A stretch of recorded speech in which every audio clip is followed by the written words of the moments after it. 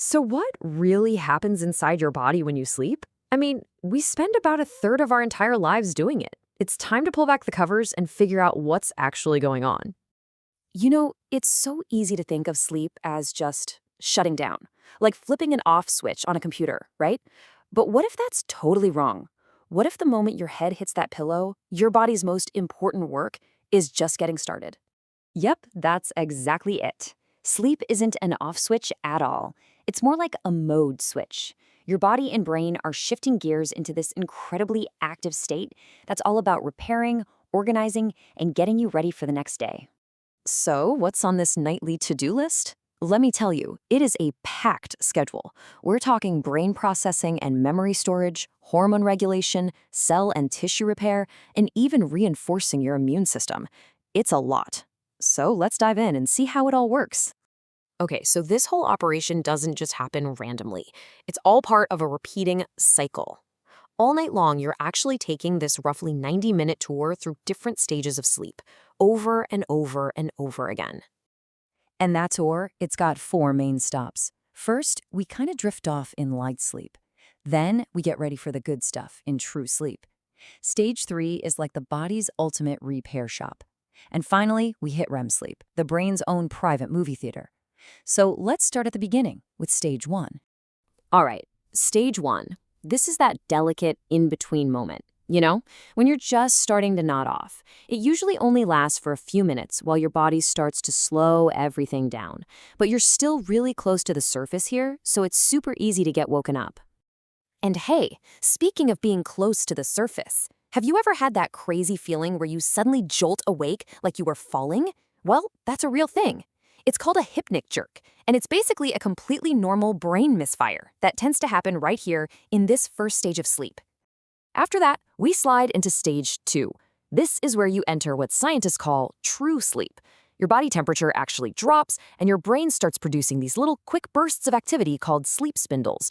You can think of them as your brain's security guards, basically blocking out distractions so it can get down to business and start processing memories. Okay, now we're getting to the really good stuff. Stage 3, deep sleep. If you've ever tried to wake someone up and they're just completely out of it, they were probably here. And for good reason. This is when your body's physical repair crew goes into overdrive. Growth hormone is released, handling muscle growth, tissue repair, the whole shebang. Your immune system gets a huge boost. This stage is absolutely critical for feeling physically rested. And that brings us to the final and maybe the weirdest stage, REM sleep. It's a total paradox. On one hand, your brain is on fire. Seriously, sometimes it's even more active than when you're wide awake, and that's when you have those super vivid dreams. But on the other hand, your body is temporarily paralyzed. It sounds scary, but it's actually a brilliant safety feature to stop you from, physically acting out that dream where you're flying. So with all that in mind, let's zoom in on the brain for a second. Throughout all these stages, it's running this super efficient night shift. It's acting like both a super organized office manager and a dedicated cleanup crew, all at once. I love this analogy. Think of your brain as a library that's just closed for the night. The librarian comes in and starts sorting through everything you took in that day. It carefully files away the important memories, strengthens them, and then it just shreds all the useless, junk data to make more room. At the same time, it's processing all the day's emotions, helping you make sense of it all. And while that librarian is busy organizing, the cleanup crew gets to work. This is a system called the glymphatic system, and it's amazing. Think of it like a power washing system for your brain that only turns on at night. It flushes out all the harmful junk and toxins that build up while you're awake. This process is just so vital for your long-term brain health. Okay, so let's zoom back out from the brain and take a look at the rest of the body's repair crew. Because while your mind is busy doing its thing, all of your other systems are getting a complete reset and rebuild. Pretty much across the board, things slow way down. Your heart rate and breathing get slower and much more regular. Your blood pressure drops, which gives your entire cardiovascular system a much-needed break. Even your core body temperature goes down, and that helps conserve energy so it can be used for all that important repair work. Your hormones are also working a pretty tight night shift. You've got melatonin, which is basically the conductor of your whole sleep-wake cycle. Then there's growth hormone, handling all that physical repair. Cortisol, the stress hormone, it takes a nosedive so you can rest, and then it resets for the morning. And this is a big one. Your hunger hormones, leptin and ghrelin, get totally rebalanced. And that right there brings us to a perfect real-world example of why this all matters so much. See, when you don't get enough sleep, that delicate hormonal balance gets thrown way off. Your body starts making more of the hormone that says, I'm hungry, and less of the one that says, I'm full. And what's the result? You end up craving junk food. Sound familiar to anyone? Now let's talk about your immune system. This is a big one. Sleep is prime time for your body to produce critical infection-fighting cells.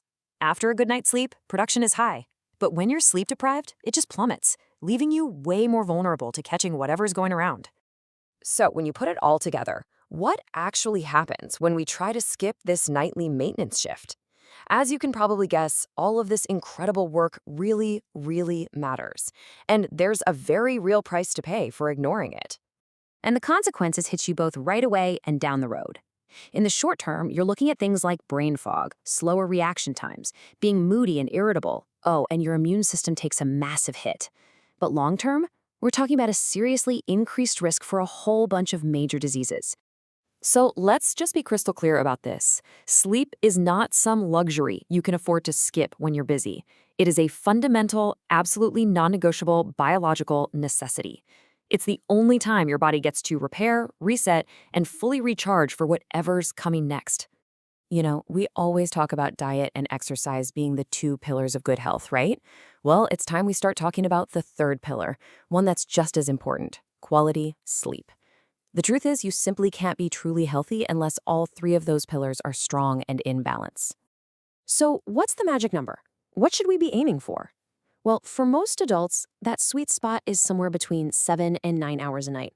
But listen, it's not just about the number of hours you're in bed. The quality of that sleep, making sure your body is actually cycling through all those critical repair stages we talked about, that's every bit as important. So I'll leave you with this one last thought. You're going to spend roughly a third of your entire life asleep.